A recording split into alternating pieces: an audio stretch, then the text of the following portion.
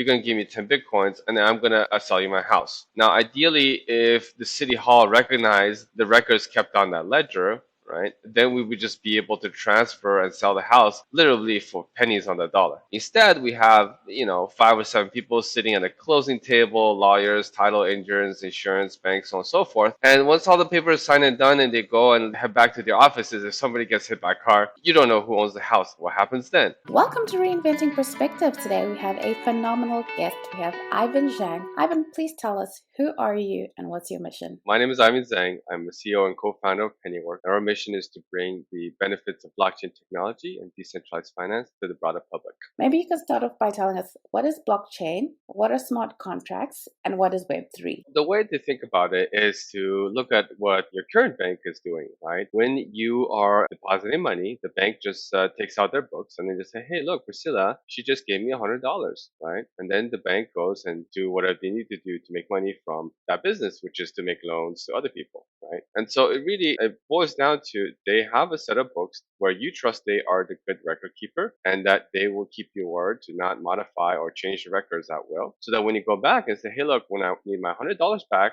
they'll look at the books and say, hey, look, Priscilla, she does have $100 with us. And then now we're going to give it back to her. So that is the fundamental purpose of modern banking, but it's also the purpose of a lot of other custodians or record keepers. So you can have City Hall if they're recording the deeds to your house. You can have a custodian for stocks when they're holding the stocks. Nobody actually holds stocks, right? There are no longer physical certificates that are going around. So all of these services really, it just hinges on them having good books of records of who owns what at what time. And so blockchain technology allows you to do that as well without having to trust the bank or the city hall or the broker-dealer custodian. Obviously, these are highly trusted institutions in our current society, so there's not so much of a problem. But the idea is if you don't have such kind of institutions wherever you are, or you want to build a new kind of institution to keep track of new things, this is where blockchain technology can come in. It is a immutable ledger, means that it's very difficult to tamper with it. It's addition only in the sense that you can always add information, but you can never delete. And because of that, you can keep track of the entire history of every single transaction that's ever occurred without having to trust somebody to be the custodian of that. And the reason they're able to do that is because these are a decentralized network of hundreds, if not thousands of people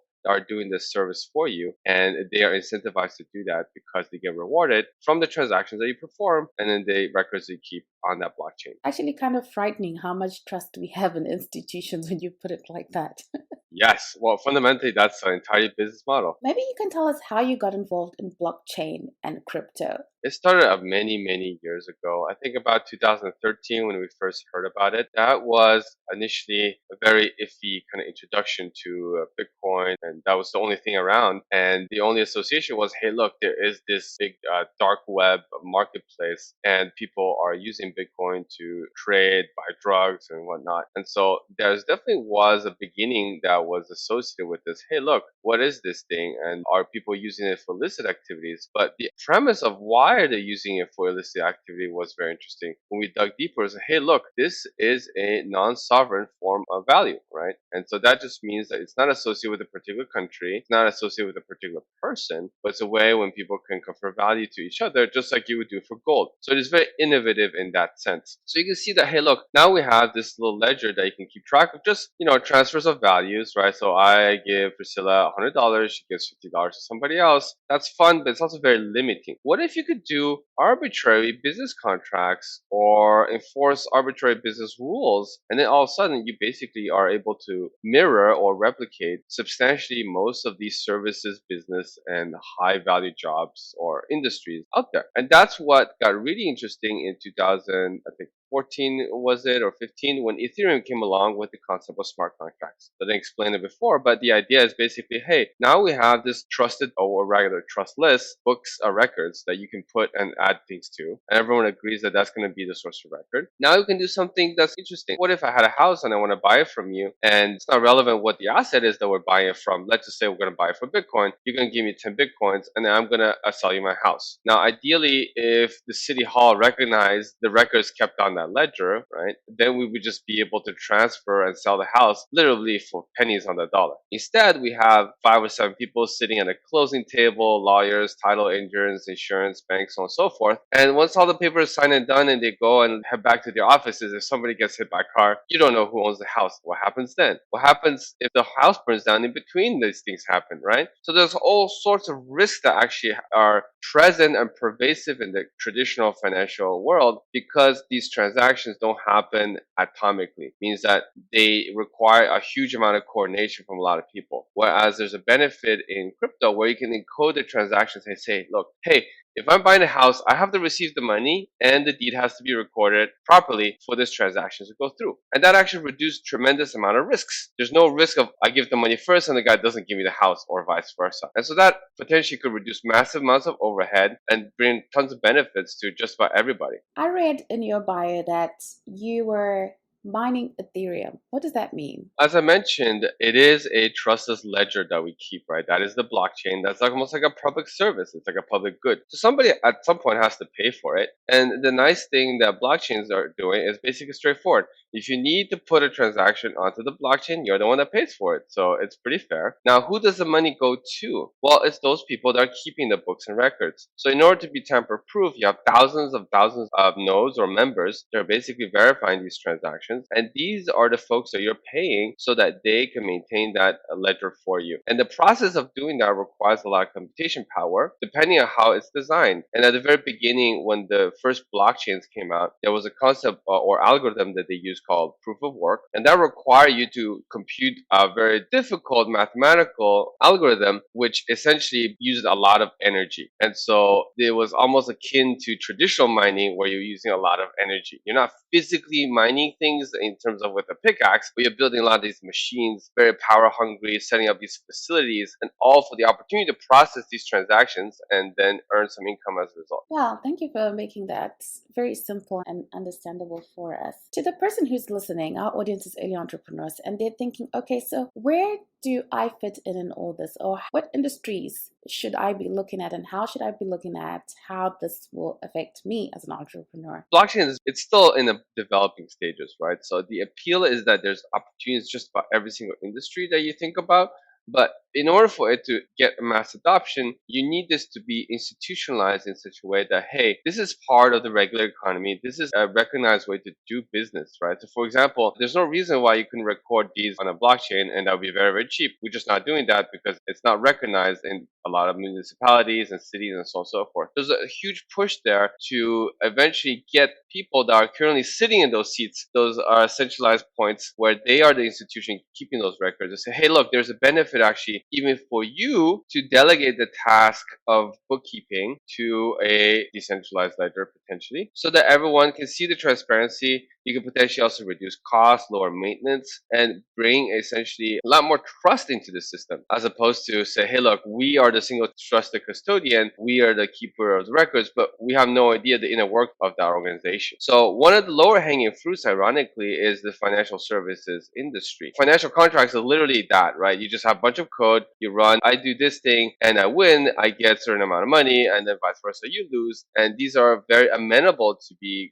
programmed. So it's not that these jobs are easy to replace, but the idea is that the opportunity to create a new financial system with the blockchain as the underpinning infrastructure is very appealing, and there's also potentially quite feasible. On the other dimensions, there's tons of other businesses where say, hey, look, if you need to coordinate between a lot of people, that is an area where the blockchain could benefit because, for example, in supply chain management, you have the manufacturer of the goods, or potentially it could be a farmer, and then you have the shipper, the people that are carrying this. There's also insurance firms involved because the payments of the goods are not necessarily happening at the same time as the goods themselves are being transferred. And then obviously, if you lose the goods or it becomes damaged, there's another party that gets involved to deal with claims. So it would be great to have an opportunity to coordinate this all. Currently, every single one of these firms have to keep track of their own ledgers as to what goods are going through where. Sometimes sometimes it's redundant at best, and then sometimes it's just inconsistent, causing tons of errors, delays, which you can see as,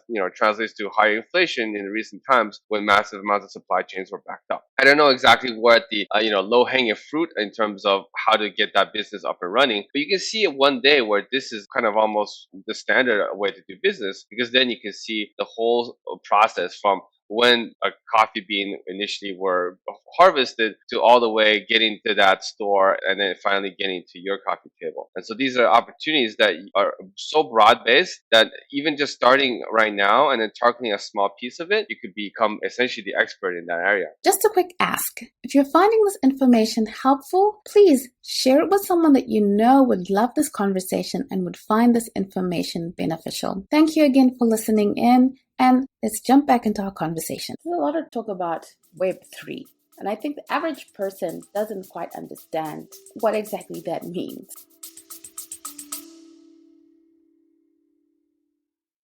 Hey, small business family, quick pause here. If you've been listening and thinking, I need help getting clear on my message and how to actually market this amazing thing I've created, I've made something just for you. It's called the Clarity Intensive, and it's 2 focused sessions, one-on-one, where we untangle your ideas, map out your next best move, and build a foundation for real business momentum. If you're done thinking what's the right thing to do, and you're ready for a customized strategy that fits you, this is for you. You'll find the link in the show notes, or you can visit the website www.reinventingperspectives.com/shop, and you'll see our Clarity Intensive 1-to-1 marketing coaching. Let's get back to the show. It's more of like a marketing term, right? So the idea was in the 1990s, you came up with the web. So the web really was, hey, I have my little web page. This is Ivan. My hobbies are like playing ball, going to the park. It's a read-only mentality, right? You can't really interact with a web page. It was just there. And then web 2 is kind of what we have now, where you have able to create web services. It's interactive, where I can use it to pay for things, order stuff. The user is inputting stuff into the web, right? That's exactly what the difference is between web 1 and web 2. And then the web 3 is the third synthesis of this, where not only are you the one that is interacting with the web services, but you're also the direct owner of certain facets of these data, right? So for example, Twitter, you do all these tweets, you have all these friends, the networks and all that stuff. You don't really own that. That information is owned by Facebook, by Twitter, any of those corresponding social media platforms. The idea of Web3 is a world where you are fundamentally at the center of that data universe. You are the owner of that data, just like you are the owner of the crypto that you hold in the crypto wallets. And that enables you to have a lot more agency over your life. And right now, the most applications are financial. So your simplest use case right now is to have more agency over your financial life. But as these things develop further and we develop full-fledged social media platforms, and in fact, Jack Dorsey just announced recently that they're coming out with this thing called Blue Sky, which is a decentralized social network. You'll be able to have more agency over your social graph. You'll have more agency over your online presence. You have more agency over how your privacy information is managed. Maybe you don't want to keep entering your email address, password, even your physical address or credit card information thousands of times every time you go onto a new platform, right? We're already seeing some of that. You go to an online site and say, hey, look, you can log in with Google, right? And the idea is like, I don't need to log into this separate site. If Google can say that I'm a verified person, that's good enough, right? Now, imagine the opportunity here where instead of being like verified by Google, there's a verified by your crypto wallet address or something like that, which you fully control. Then the opportunity there is that you will not be deplatformed in the sense that Google can say, hey, look, you know what? You violate some of our terms. We're just going to unplug you. Now, all of a sudden, all of the services that relied on your Google login to verify you, all of a sudden say, hey, I don't know who you are. And now you're essentially not shut down just from Google, but all the other relevant services as well. Ivan, this Web3 and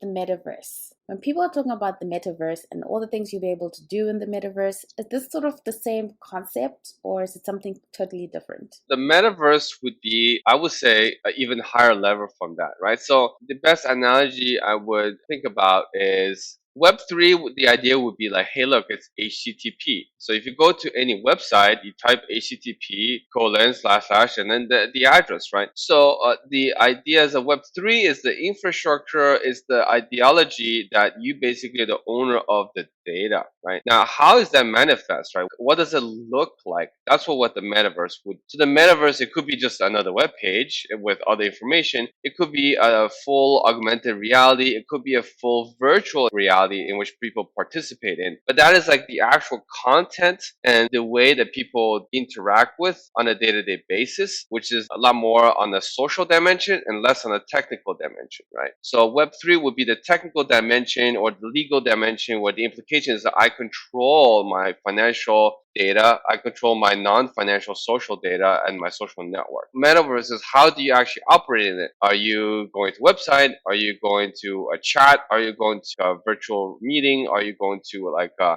full immersive experience? That is what the metaverse is. And the premise is that as more and more things will be compatible with the blockchain, you can live more of your life inside the metaverse to some point where it becomes almost like one of those sci-fi movies where people are just in these pods and they're just like, hey, look, I'm really living inside the metaverse and not in this real life. I don't think we're going to be there soon, but the premise is that there's going to be an alternate dimension that's going to be more representative of your real life.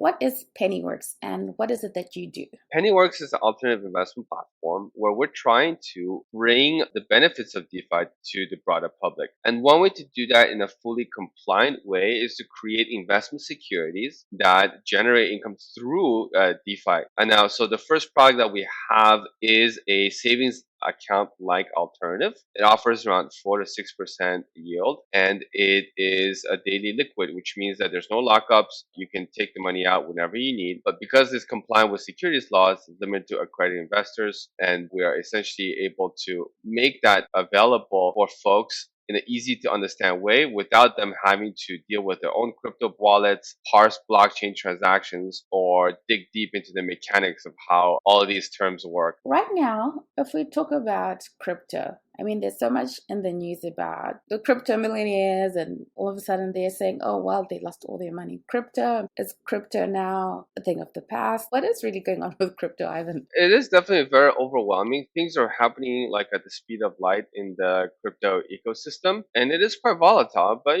there's tons of stocks in traditional finance now that look like they are meme stocks, so to speak, right? Even large established players like Amazon dropping 20% after earnings. That's like trillions of dollars, a market cap, hundreds of billions of dollars lost in a second. So the volatility is not specific to crypto. It's a lot more that things are volatile when they're less established and people are deciding about where the opportunities are.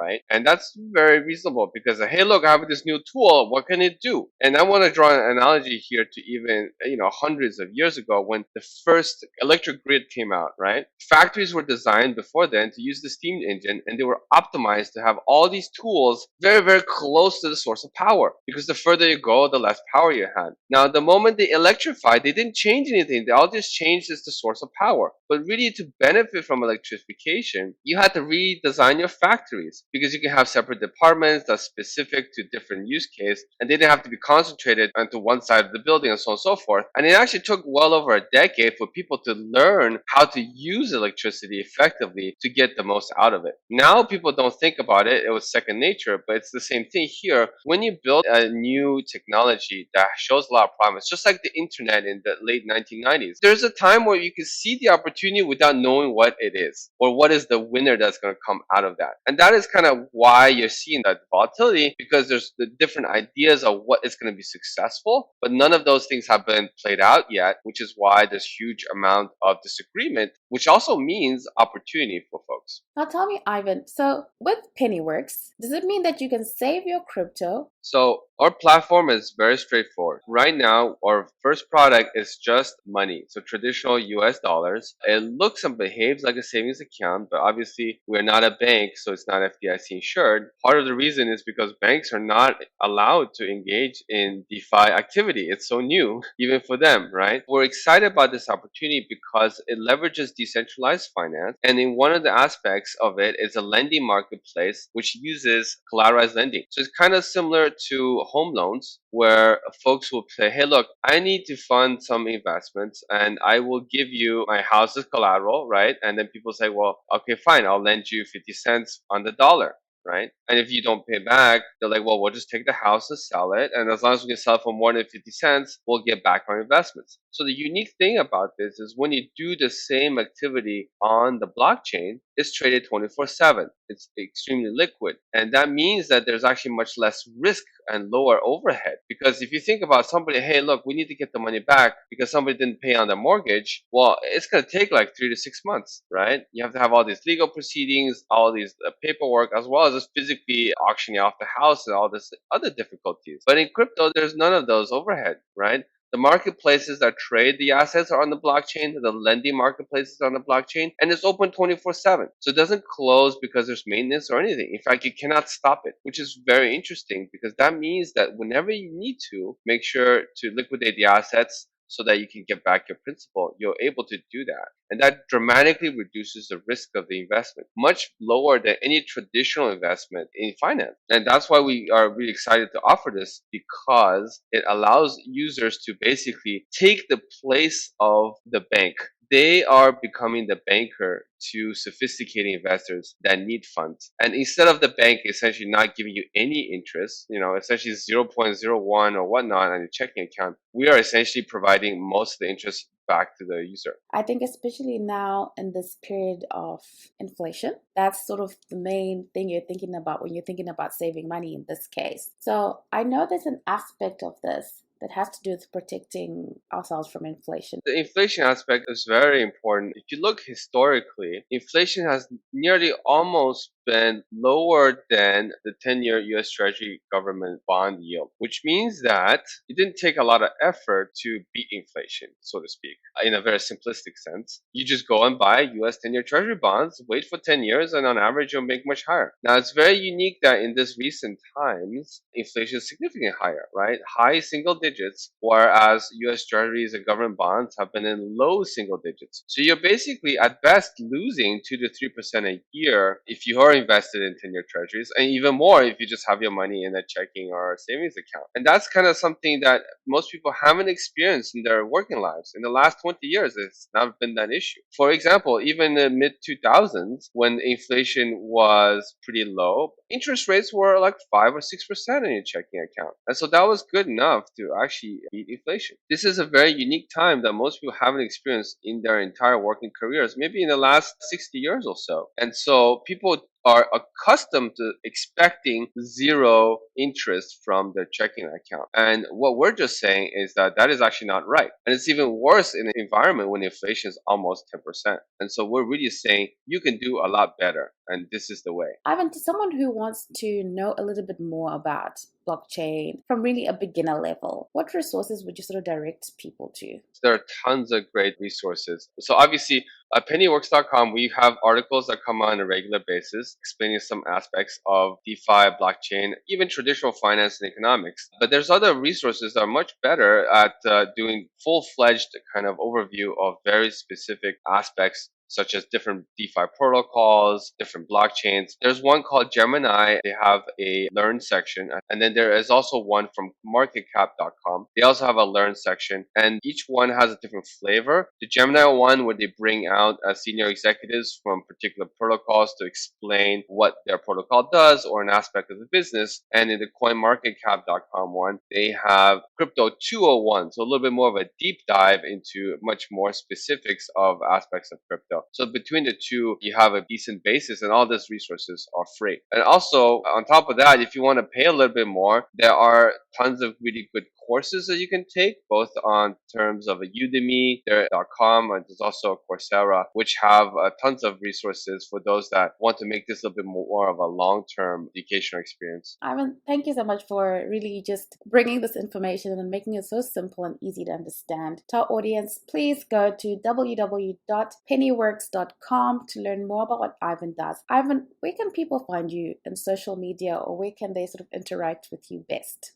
Really appreciate it. Please please check us out, PennyWorks.com. We're also on social media. You can find us on Twitter and LinkedIn. And really happy to be on the show, Priscilla. Thank you, Ivan. I hope you got a lot of information, a lot of actionable things out of these episodes. Please, 2 huge favors from you. Please let us know what kind of things you'd like to hear. And if you really love the episode, please support us by going and leaving a review in your podcast listening app. Thank you for choosing to spend your time with the Reinventing Perspectives podcast. We value you. See you again next week.